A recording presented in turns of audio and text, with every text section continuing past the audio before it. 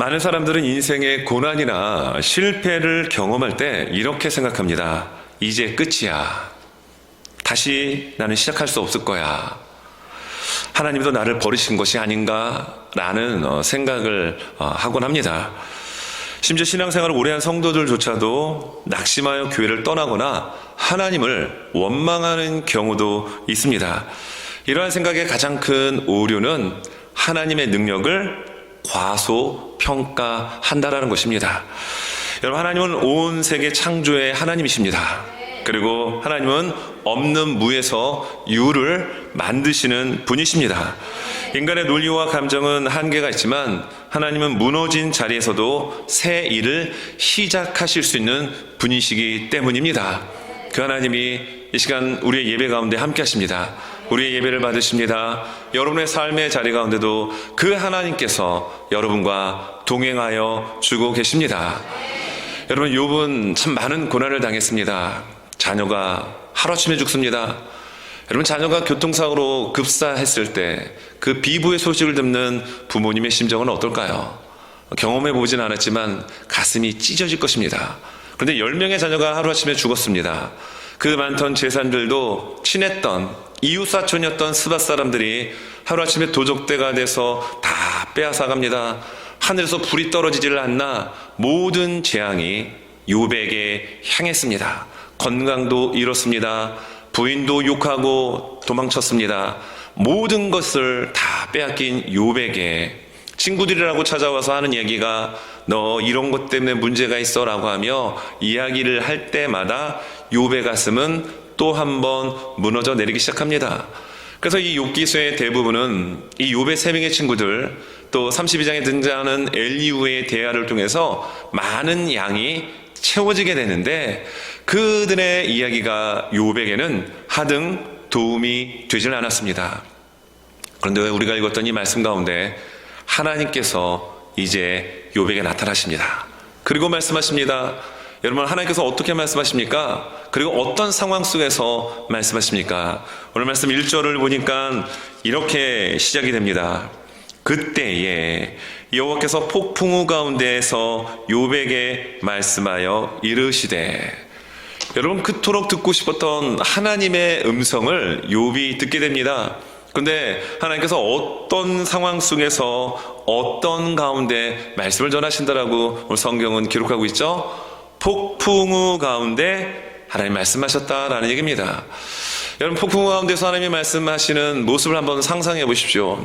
얼마나 두렵겠습니까? 얼마나 무서웠겠습니까? 그리고 하나님의 그 위험 앞에 욥은 모든 것들이 마치 시체말로 쪼그라들 수밖에 없는 상황이었을 것입니다. 여러분, 구약 성경에 보게 되면 하나님께서 시내산에 오른 모세에게 또 이스라엘 백성들에게 율법의 말씀을 전해주실 때 우레와 번개가 칩니다. 구름이 빽빽하게 임하게 됩니다. 그리고 거대한 나팔 소리가 울려 퍼집니다. 여러분, 이때 백성들은 어떤 마음을 느끼게 됩니까? 두려운 마음이 들었다라는 얘기예요.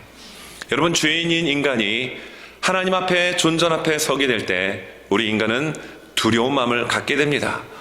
여러분, 제가 일전에 한번 말씀드렸지만 우리가 하나님 앞에 예배를 드릴 때 이런 두려운 마음이 우리 안에 있길 바랍니다. 경외하는 마음이라는 것은 첫째 하나님을 두려워하는 마음입니다. 그리고 하나님을 사랑하는 마음이 함께 믹서된 마음이 여러분 하나님이 원하시는 마음이요 예배자의 중요한 덕목일 것입니다. 여러분, 욥은 하나님의 음성 정말 듣기를 원했습니다. 내가 왜 이 고난을 당했습니까? 나에게 왜 이런 어려움을 주셨습니까? 하나님 한번 말씀해 주십시오. 그런데 하나님이 나타나서 말씀하시는데 그 하나님의 거룩한 위엄, 존귀함 가운데 여러분 구름이 있는 폭풍우 속에 말씀이 들려졌다는 얘기예요. 오늘 예배를 드리는 여러분의 심령 속에 여러분 이 시간 하나님의 음성이 여러분 말씀을 통하여 여러분의 신비 가운데 여러분 뿌리 내리시길 바랍니다. 하나님의 말씀이 여러분의 마음에 여러분의 세계관 중심에 잘 새겨질 수 있는 은혜가 있길 바랍니다. 그래야 우리가 살 수 있기 때문입니다.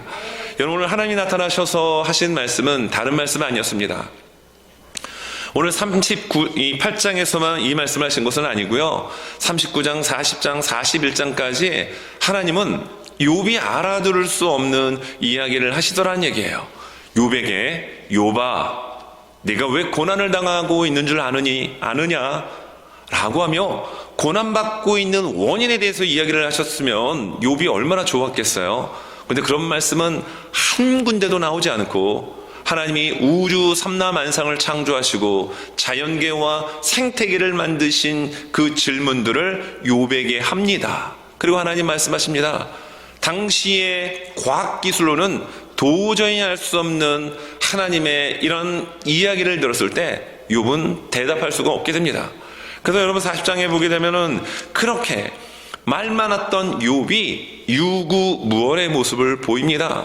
왜? 도저히 알아들을 수 없는 이야기를 하나님이 하시기 때문이었습니다. 그래서 오늘 40장에 보게 되면 40장 4절 5절에 보소서 나는 비쳐나오니 무엇이라 주께 대답하리까 손으로 내 입을 가릴 뿐이로소이다. 내가 한번 말하였사온즉 다시는 더 대답하지 아니하겠나이다. 자기의 손으로 자기의 입을 가렸다는 얘기입니다. 할 말이 없다는 얘기입니다. 그렇게 말이 많았던 욥이 하나님의 존전 앞에서 겸손하게 말씀을 듣는 모습으로 바뀌어지게 되더라는 얘기예요. 여러분 우리가 이 아침에 함께 1절부터 7절까지의 말씀을 함께 교독하며 읽었지만 여러분 어떤 말씀을 하나님 하고 계십니까? 천지를 창조하실 때 당시의 모습을 하나님께서 질문하시더라는 얘기예요. 지금 같은 과학이 발달한 상태에서는 어떻게 지구가 형성이 됐고 여러 가지 과학적 근거를 가지고 대답할 수 있을지 모르지만 당시의 지식으로서는 도저히 대답할 수 없었습니다. 여러분 요즘 많은 과학이 발달돼 가지고 인간의 그런 어떤 그 마음이 거의 신의 위치에까지 올라간 시대를 우리는 살고 있습니다. 조금만 특출나게 잘하면 갓, 신, 느님 이런 말을 붙이기를 꺼려하지 않는 시대를 살아갑니다. 여러분 하나님께서 이 세상 모든 것을 창조하셨음을 우리는 믿습니다. 근데 세상은 그렇지 않다라고 이야기합니다. 여러분 과학자들이 하나님 앞에 나와서 이야기합니다. 하나님 우리하고 한판 뜹시다. 겁을 상실했습니다. 하나님께서 그러면 좋다. 한번 흙으로 사람을 한번 만들어보자 라고 과학자들에게 이야기하고 너희가 먼저 시작해봐라 라고 하나님이 말씀하셨습니다. 그러자 과학자들이 흙을 집어 들려고 합니다. 그랬더니 하나님 말씀하시죠. 그 흙도 내가 만들었다 라는 약간 우스운 이야기가 있습니다. 여러분 이 세상에 있는 모든 것은 하나님의 숨결과 하나님의 손길이 아니다운 것이 없습니다. 목사님 우리가 지금 편안하게 앉아서 드리는 이 의자도 이거 하나님 만드신 건 아니잖아요. 그렇지 않습니다. 여러분 의자가 무엇으로 만들어졌습니까? 나무로 만들어진 거예요. 그 나무 누가 만드셨습니까? 하나님이 만드신 거예요. 우리가 지금 숨 쉬고 있는 이 호흡할 수 있는 동력이 되는 공기 여러분 사람이 만들었습니까? 하나님이 만드신 겁니다. 이 땅의 모든 것은 하나님이 만드셨음을 고백할 때 우리는 겸손하게 하나님의 말씀 앞에 설 수 있게 됩니다. 저는 오늘 이 본문을 보면서 시작이라고 하는 단어가 생각이 났습니다. 그래서 설교의 제목을 하나님은 시작하신 분이십니다 로 한번 정해봤습니다. 이 설교의 제목이 여러분 공감이 되십니까? 하나님은 이 우주의 역사, 이 땅의 모든 것의 출발점이 되시는 분이십니다. 하나님은 알파와 오메가가 되시는 분이십니다. 그 하나님이 여러분들의 인생도 시작하게 하시고 여러분의 인생 가운데도 임마누엘 하여 주십니다. 자, 말씀을 보게 되면 하나님은 시작하신 분이심을 4절에서 확인할 수 있습니다. 자, 4절 말씀입니다. 하나님께서 욥에게 이제 질문을 하는데요. 내가 땅에 기초를 놓을 때 네가 어디 있었느냐? 네가 깨달아 알았거든 말할지니라. 지금 무슨 얘기 하십니까? 땅에 기초를 놓을 때 너 어디 있었느냐? 태어나지도 않았습니다. 천지가 창조할 때, 만들어질 때 여러분 욥은 그때 존재하지 않았던 사람입니다. 근데 하나님 말씀하십니다. 너 그때 어디 있었니? 욥이 대답할 수 있습니까? 대답 못합니다. 여러분, 우리는 성경을 읽어 내려갈 때 여러분 창세기 1장 1절부터 우리는 성경을 읽습니다. 여러분, 창세기 1장 1절이 어떻게 시작이 되어집니까? 태초에 네, 약간 헷갈리는 분들을 위해서 스크린 준비했습니다. 같이 한번 읽겠습니다. 시작. 태초에 맞습니다. 태초에 하나님이 천지를 창조하셨습니다. 여러분, 오늘 하나님께서 그 질문을 하시는 겁니다. 내가 태초에 천지를 창조할 때 땅에 기초를 놓고 측량하는 그 작업하는 가운데 너 어디 있었니? 욥이 대답할 수 있었을까요? 대답 못합니다. 여러분, 이 38장 앞부분에 나와 있는 욥의 모습을 보게 되면요, 욥이 굉장히 지혜가 뛰어난 사람이었습니다. 그리고 의인이었습니다. 그러니까 신앙도 좋고 윤리적으로도 세상 사람들에게 존경도 받고 또 재물도 엄청나게 많은 사람이었습니다. 그래서 친구가 한마디 하면 욥은 두마디 세마디 합니다. 그것을 욥기서를 통하여 우리는 확인합니다. 예를 들어서 엘리바스가 한 장의 말을 하면 욥은 이에 질서라 2장, 3장으로 그냥 말로써 융당 폭격을 합니다. 이에 질서라 빌다시에 또 한마디 하면 3마디, 4마디를 하는 사람이 욥이었습니다. 그런 욥에게 하나님은 폭풍우 가운데 하나님의 위엄을 드러내시며 질문하십니다. 천지 창조할 때 너 어디 있었느냐? 오늘 말씀은 땅의 기초를 놓을 때 네가 어디 있었느냐? 라고 질문하고 있는 겁니다. 여러분, 우리는 기억해야 합니다. 우리 개인의 인생의 시작도 하나님이 허락하신 것이고 주님의 몸된 교회가 50년 동안 이곳까지 올 수 있도록 인도하신 분도 하나님이시고 1975년 9월 28일 트렌톤 장로교가 시작될 수 있도록 허락하신 분도 하나님이십니다.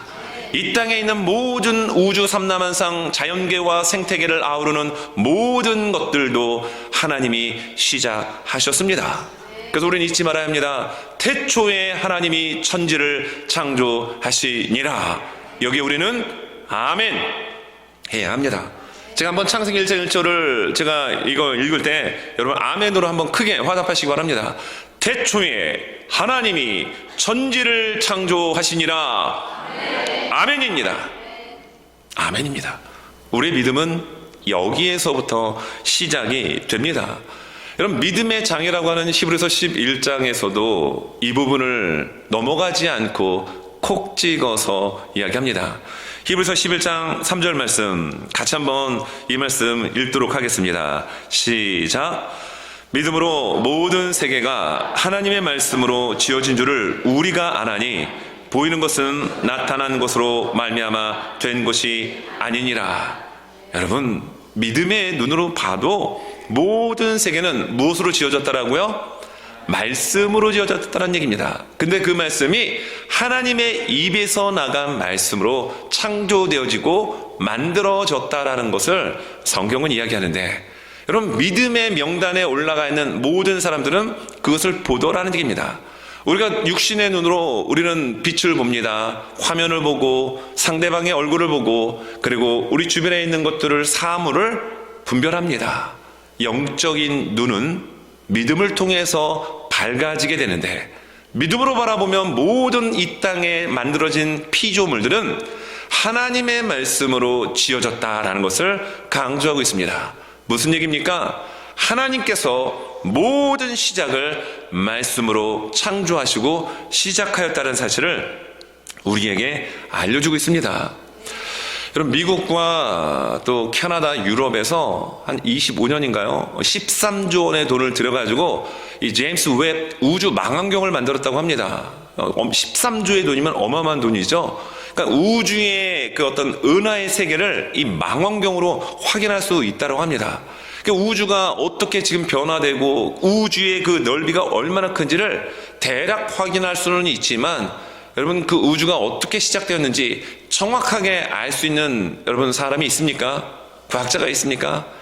빅뱅도 이론일 뿐이지 그것이 정확하다라고 이야기할 수 없어요. 여러분, 이 세상의 모든 천지와 우주 만물은 하나님께서 시작하셨고 하나님께서 만드셨음을 우리는 믿습니다.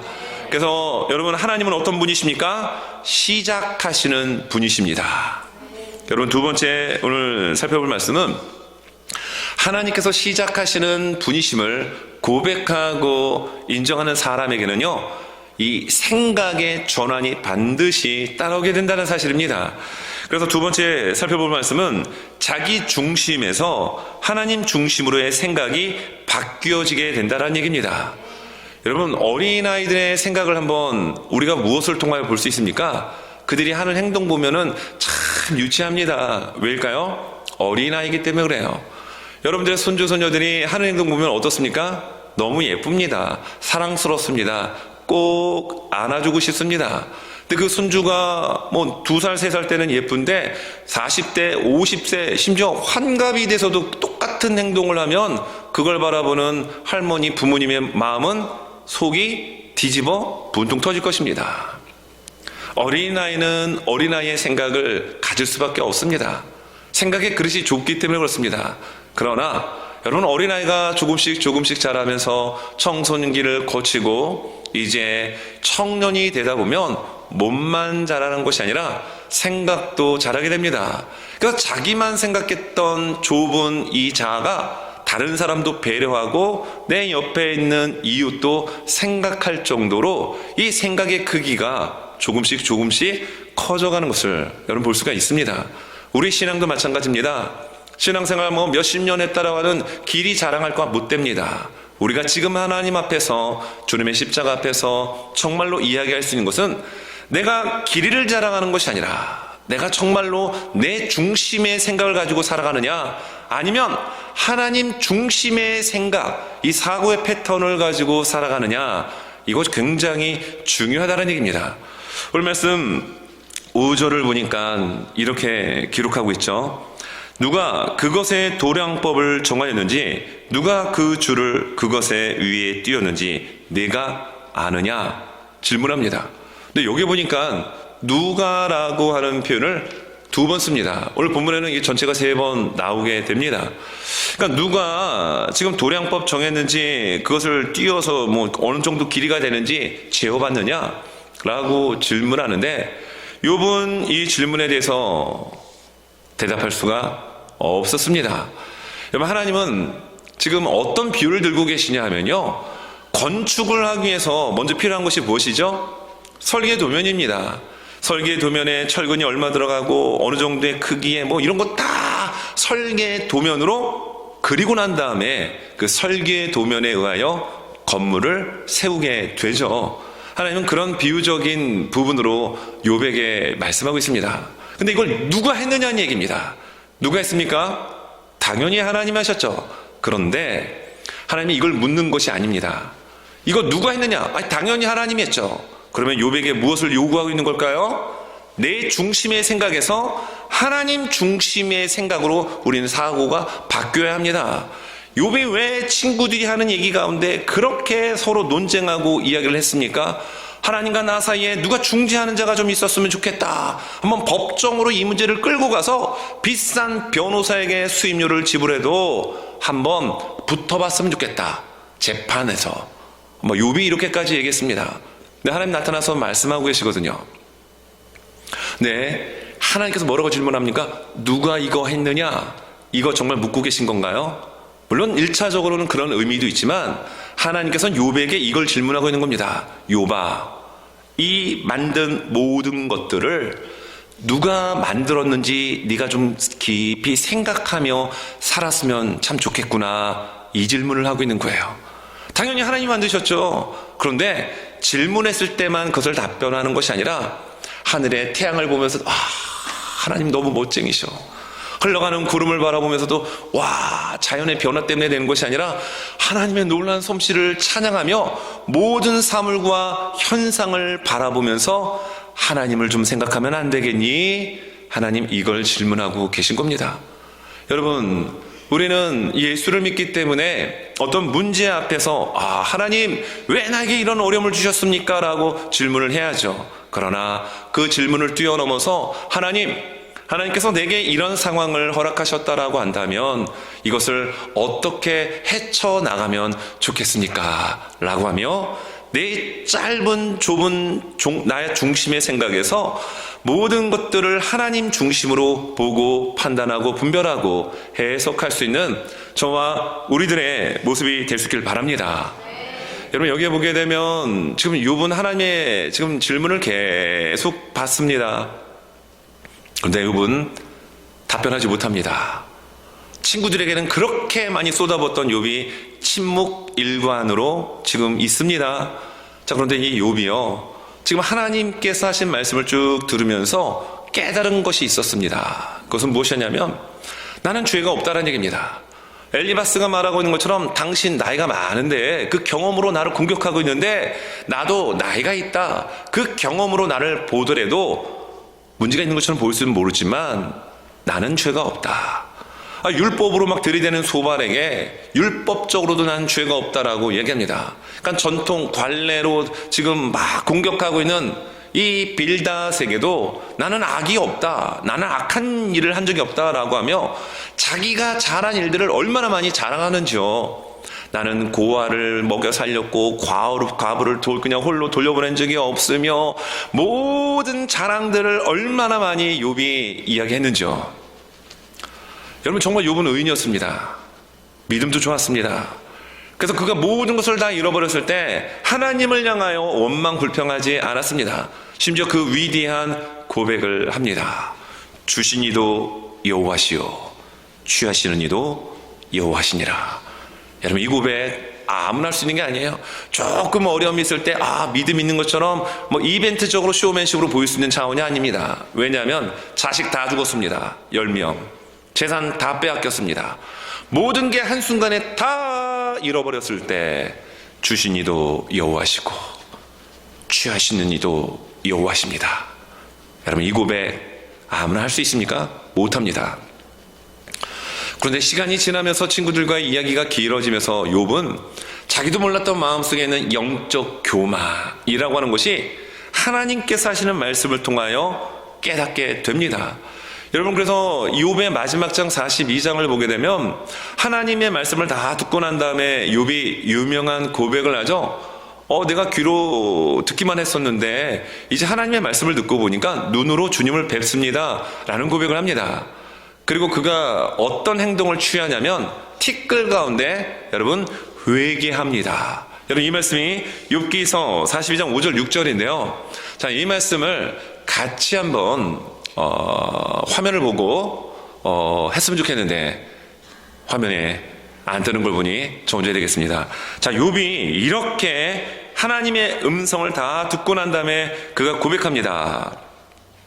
내가 주께 대하여 귀로 듣기만 하였사오나 이제는 눈으로 주를 배움나이다. 6절 시작. 그러므로 내가 스스로 회개하나이다 라는 표현이 처음 나옵니다.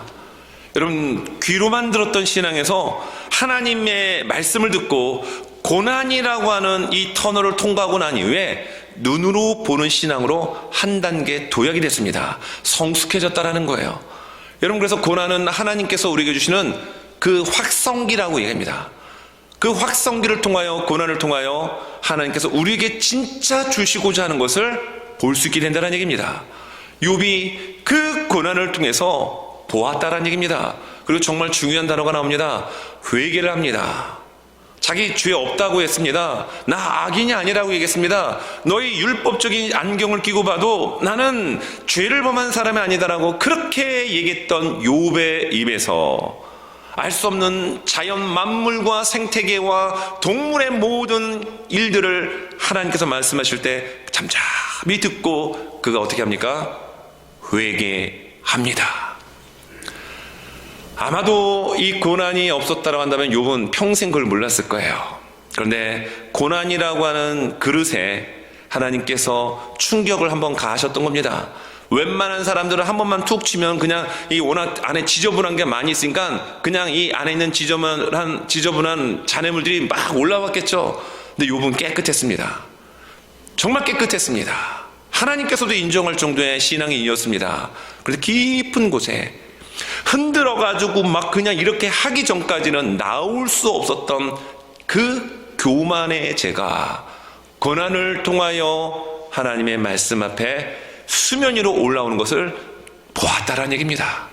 그리고 그가 회개합니다. 여러분, 회개하고 나니까 어떤 일이 벌어집니까? 엘리바스와 빌닷과 소발의 관계가 회복이 됩니다. 그리고 잃어버렸던 모든 재산들 정확하게 하나님께서 2배로 갑절로 갚아주셨습니다. 자녀들도 10명씩이나 하나님께서 허락하십니다. 여러분, 이 고난을 통하여 또한 오늘 하나님이 하시는 말씀 앞에서 잠잠히 들었을 때 정말 누가 이걸 하였느냐? 너무나도 쉬운 질문이죠. 하나님요, 그 자리에서만 하나님 답변을 듣길 원하시는 것이 아니라 매 순간에 24시간 365일 우리의 삶의 자리에서 내 중심의 생각이 아닌 이 나 자신의 중심의 사고가 하나님 중심의 생각으로의 전환을 통하여 모든 것이 하나님의 은혜요, 모든 것이 하나님이 하고 계십니다라고 하며 하나님을 높여드리는 우리 모두가 될 수 있길 바랍니다. 여러분, 가장 기쁘고 즐거울 때 우리 예수 믿는 사람들은 어떻게 합니까? 예수 믿는 사람들은 어떻게 하시죠? 예수 믿는 사람 하니까 좀 그렇죠. 권사님은, 장로님은, 집사님은 뭐 하십니까? 네, 찬양하실 것입니다. 그래서 여러분 말씀해 보면 오늘 말씀 7절을 보니까 이렇게 나옵니다. 그때 새벽 별들이 기뻐 노래하며 하나님의 아들들이 다 기뻐 소리를 질렀느니라. 하나님께서 말씀으로 천지를 창조하실 때 모든 새롭게 탄생되어지는 피조물들이 기뻐서 소리를 지르며 하나님을 찬양하였다라고 말씀하고 있습니다. 여러분, 우리의 중심, 우리의 생각, 우리의 마음이 내 것으로 채워져 있으면 절대 하나님이 행하시는 일을 못 봅니다. 하나님이 주시는 고난이 분명히 있습니다. 그런데 하나님은 시험을 주실 때 피할 길을 허락하여 주시는데, 여러분, 피할 길이 있으면 보여야 될 거 아니에요.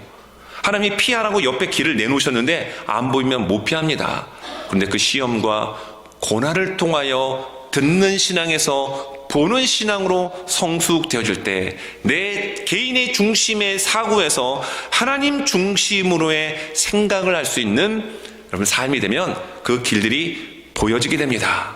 여러분들은 어떤 생각을 하시며 여러분 살아가고 계십니까?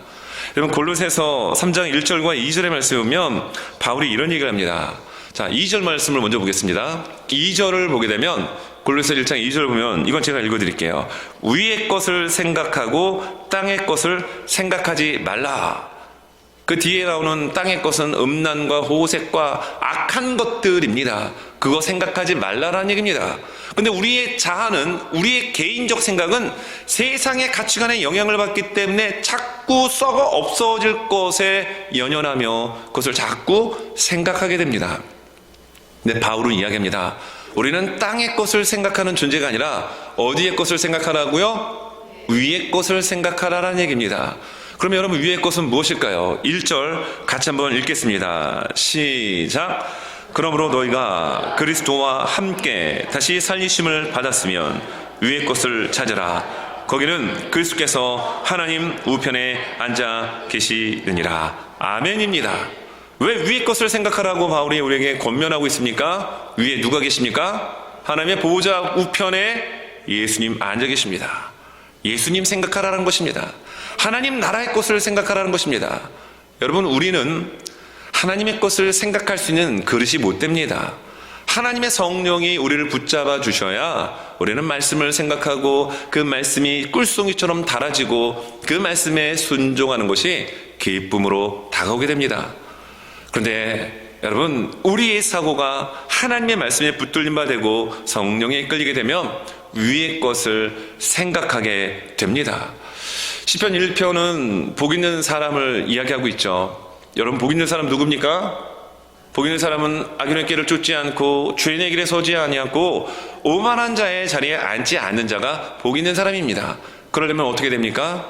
생각 잘해야 된다는 얘기입니다.